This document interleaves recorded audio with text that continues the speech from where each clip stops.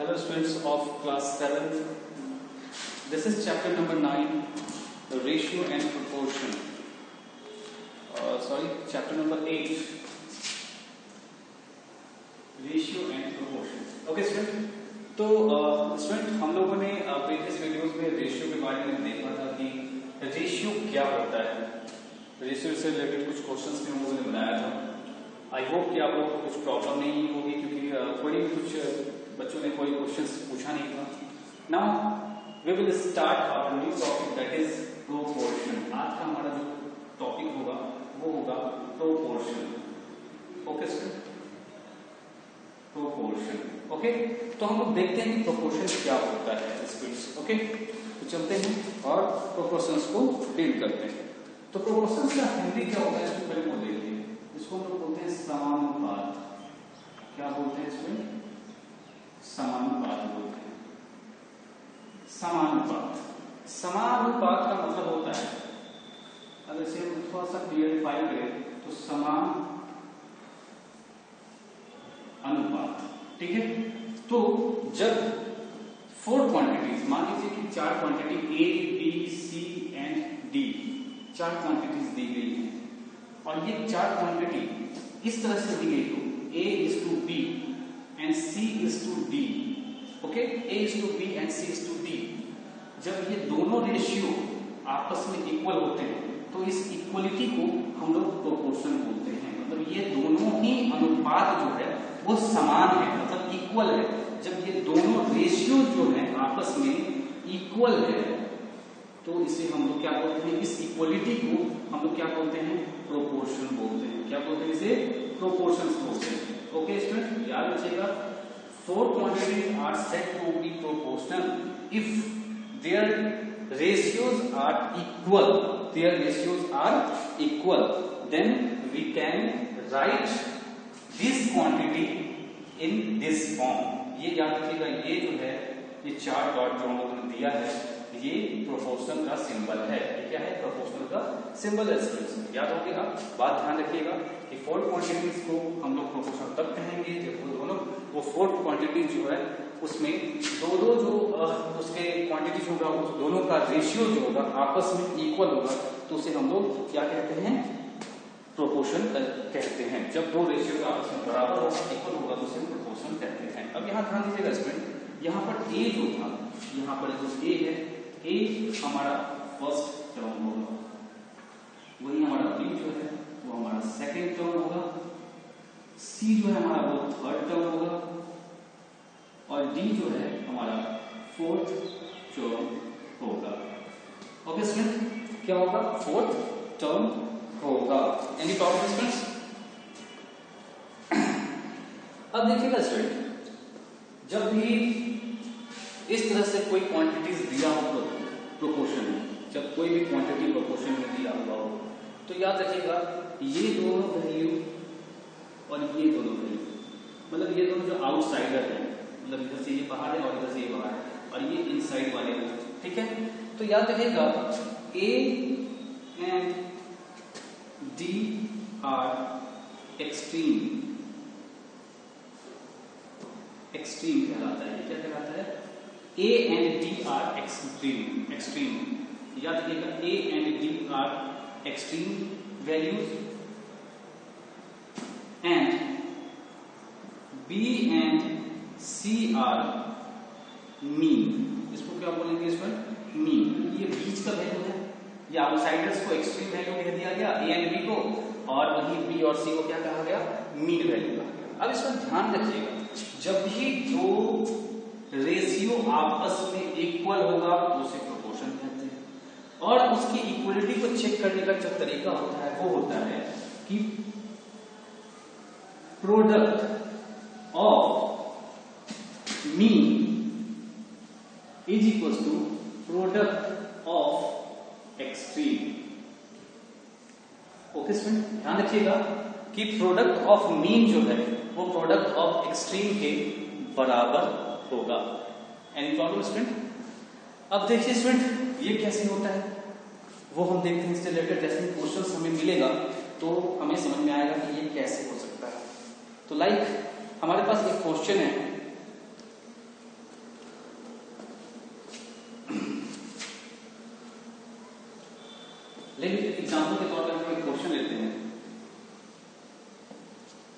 1:2 proportion, या फिर आप ऐसे ले सकते हैं, बुक का एग्जांपल लेते हैं हम लोग 12, 36, 5 and 6। तो क्या यह प्रोपोर्शन भी होगा या नहीं होगा, इसे हमें पता करना है।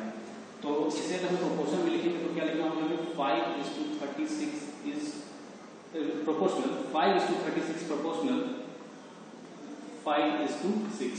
ओके, तो हमने बताया था, जस्ट मैंने बताया था कि इसमें ये दोनों मीन वैल्यू होगा और ये दोनों एक्सट्रीम, तो product of mean is equal to product of extreme. Okay students, तो यहाँ 36 into 5 product of mean is equal to 25 into 6 product of extreme. तो इसे मल्टीप्लाई करते हैं स्टूडेंट, तो यहां पर आ जाएगा हमारा 180। ओके, वहीं यहां पर आ जाएगा हमारा 150।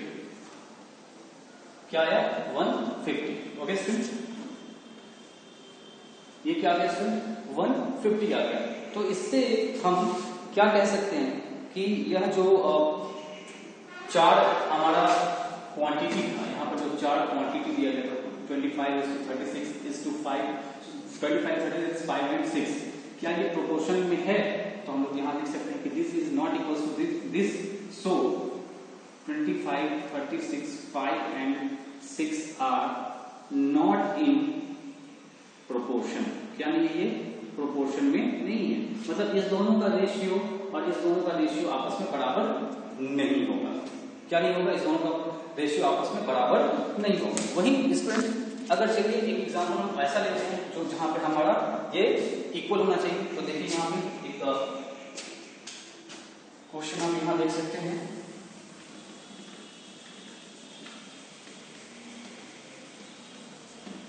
तो स्टूडेंट हमारे पास एक क्वेश्चन और भी है, 1:2 रेशियो, सॉरी प्रोपोर्शन 8:60। ओके, अब देखिए स्टूडेंट, यहां पर हमारे पास डाटा था 1, 2 and 8 and 16। तो इसे हम लोगों ने प्रोपोर्शन में लिख दिया इतना। तो हम लोग यहां निकालेंगे product of mean is equal to product of extreme. तो प्रोडक्ट ऑफ मीन में क्या है इसमें, 2 into 8 that is 1 into 16 extreme का वैल्यू। तो ये क्या आ गया 16, ये भी क्या आ गया 16। दैट मीन्स ये क्या, दैट मीन्स ये क्या है, इसका प्रोडक्ट ऑफ मीन और प्रोडक्ट ऑफ एक्सट्रीम इक्वल आ रहा है। इसका मतलब ये हुआ कि 1, 2, 8 and 16 आर इन प्रोपोर्शन। ये क्या है, प्रोपोर्शन में दिया गया है, प्रोपोर्शन में दिया गया है। ओके स्टूडेंट, आप ऐसे भी चेक कर सकते हो, 1:2 था और यहाँ 8:16 था, तो ये अपने लोएस्ट फॉर्म में दिया हुआ है, इसको रिड्यूस करेंगे तो 1:2 आया, मतलब इसका रेशियो इसके रेशियो के बराबर आ गया। दैट मीन्स ये प्रोपोर्शन में। यही तो बताया गया था कि जब दो क्वांटिटीज का रेशियो, जब दो रेशियोज आपस में इक्वल हो जाए, ठीक है। अब इसे रिड्यूस करके देखा तो इसके बराबर आ रहा है। कभी कभी हो सकता है कि सभी को रिड्यूस करना पड़ेगा और फिर भी अगर इक्वल आ जाएगा तो वो प्रोपोर्शन में कहलाएगा। तो जब दो रेशियो आपस में इक्वल होता है स्टूडेंट्स, तो उसे हम लोग क्या बोलते हैं, प्रोपोर्शन बोलते हैं। ओके स्टूडेंट, तो स्टूडेंट आई होप कि अभी तक आप लोगों को बातें समझ में आई होंगी, क्या होता है प्रोपोर्शन, रेशियो आप लोगों ने जाना, प्रोपोर्शन जाना। ओके स्टूडेंट, अब जो हमारा नेक्स्ट टॉपिक होगा वो होगा स्टूडेंट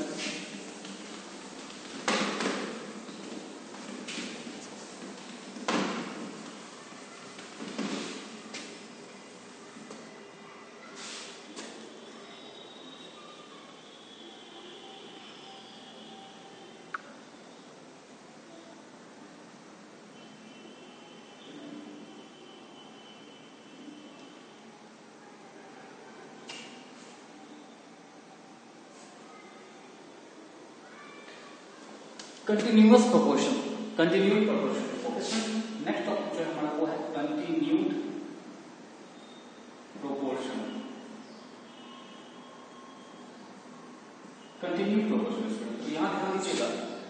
जब हमारे पास तीन रेशियो दिया गया ए बी एंड सी, ठीक है ना, और A B C are said to be continued proportion, इसे हम लोग कंटिन्यूड प्रोपोर्शन कहेंगे। कब कहेंगे student? When fourth proportion, sorry,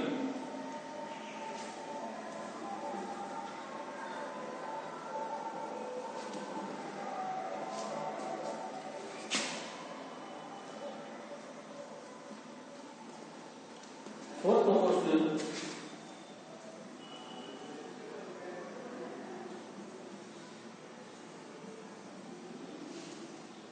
जो होगा वो हमारा बी हो जाएगा।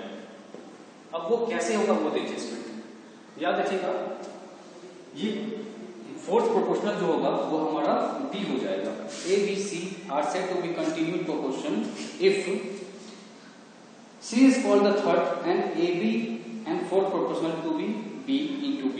That means इसको कैसे सॉल्व करते हैं वो देखिए स्टूडेंट। जो हमारा यहाँ देखिए A, B और C दिया हुआ है, ठीक है, तो हमारा थर्ड प्रोपोर्शनल, इसमें थर्ड वाला प्रोपोर्शनल ये दिया हुआ है, फोर्थ प्रोपोर्शनल नहीं दिया हुआ है। तो याद रखिएगा स्टूडेंट कि ये हमारा जो थर्ड प्रोपोर्शन है, इससे पहले जो प्रोपोर्शन दिया हुआ है इसे हम रिपीट करेंगे। तो ये हो जाएगा ए बी बी सी, क्या हो जाएगा ए बी बी सी, और इसे हम फोर्थ वाला मानेंगे प्रोपोर्शन। ये क्या मानेंगे? फोर्थ प्रोपोर्शन मानेंगे। क्या मानेंगे? Fourth proportion, fourth proportional. क्योंकि अब आपके दिमाग में चल रहा होगा सर इसको आपने फोर्थ प्रोपोर्शनल क्यों माना, क्योंकि यहाँ पर दिया हुआ है। तो यहाँ ध्यान दिया क्वेश्चन अकॉर्डिंग टू क्वेश्चन, तो यहाँ हमारे पास तीन ही रेशियो दिया गया था, तीन रेशियो दिया गया था। तो तीसरा वाला जो रेशियो था, तीसरा वाला प्रोपोर्शन जो था वो सी दिया हुआ था। तो ये एक इसका मेथड होता है कि डी वाला जो सेकंड जो इसका प्रोपोर्शन होगा उसको हम लोग रिपीट करते हैं और उसे हम फोर्थ प्रोपोर्शन मान लेते हैं। तब हम ये क्या लिख सकते हैं? A is to B proportional B is to C. तब अगर इसका मीन और एक्सट्रीम का प्रोडक्ट निकालेंगे तो B into B that is A into C, so B square is equal to A C. ये हो जाएगा हमारा product of mean is equal to product of extreme. ये होता है हमारा कंटिन्यूअस प्रोपोर्शनल का तरीका। तो स्टूडेंट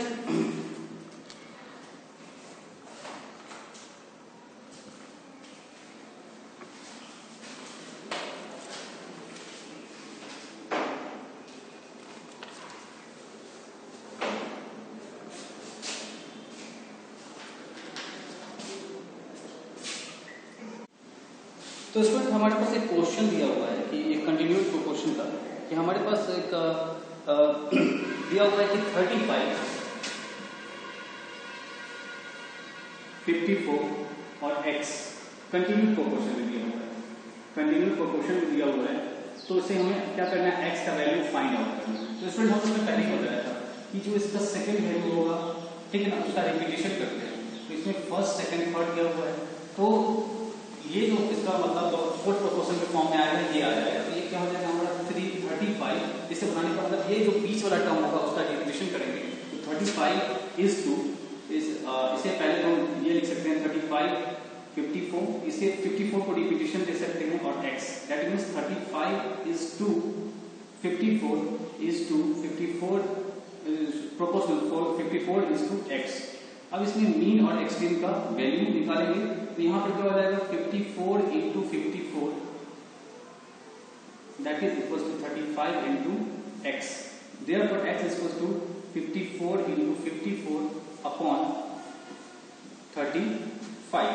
ओके स्टूडेंट, सॉरी 35 में स्टूडेंट 36 होगा क्वेश्चन में फॉल्ट हो गया, 36 कर देंगे। ओके, यहाँ क्या हो जाएगा 36। जैसे 36 आएगा स्टूडेंट इसे कट कर सकते हैं। तो ये 9 से 4 टाइम्स में कट जाएगा, ये 6 टाइम्स में कट जाएगा। ओके स्टूडेंट, 9 6 जा 54 और 9 4 जा 36। अब देखिए स्टूडेंट अब इसे अगर हम काटना चाहें तो ये 2 जा 3 2 जा 6 कट गया, कैंसिल हो गया स्टूडेंट। अब क्या आ जाएगा x इसको हो जाएगा 54 इंटू 3 अपॉन, इसको काट देते हैं 27 टाइम्स में, सीधा काट दें, सीधा x का वैल्यू आ जाएगा स्टूडेंट। यहाँ पे हम यहाँ लिखते हैं x का वैल्यू आ जाएगा 27 into 3 that means 81। Okay student, क्या आ गया, x का वैल्यू आ गया 81 आ गया।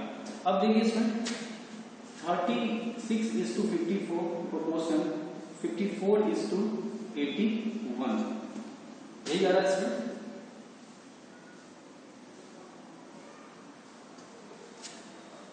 सॉरी, यहां तो हमें x का वैल्यू फाइंड आउट करना, तो यही हमारा आंसर हो गया। तो स्टूडेंट कंटिन्यू प्रोपोर्शन में क्या होगा कि हमारे पास जब भी कंटिन्यू प्रोपोर्शन का क्वेश्चन दिया हुआ होगा तो हम लोग इसी तरह से इसे सॉल्व करेंगे। ऐसे अगर आप चाहें तो आप यहाँ पर 36:54 प्रोपोर्शनल 54:81 आ रहा था हमारा x का वैल्यू। तो x का वैल्यू जब हमारा x 81 आया, तो जब हम आप इसका एक्सट्रीम और मीन का और एक्सट्रीम का वैल्यू निकालेंगे तो वो क्या आएगा, बराबर आएगा। क्या आएगा स्टूडेंट्स, बराबर आ जाएगा। तो आई होप कि आप लोगों को बात समझ में आई हो। तो अब हम लोग ऐसा करेंगे आप लोग स्टूडेंट्स कि आप एक्सरसाइज 8B आपका आज का हम लोग 8B कंप्लीट करेंगे और इसके एग्जाम्पल्स को भी देखेंगे। मैं यहाँ लिख रहा हूँ आपका 8B with examples. Okay student, thank you.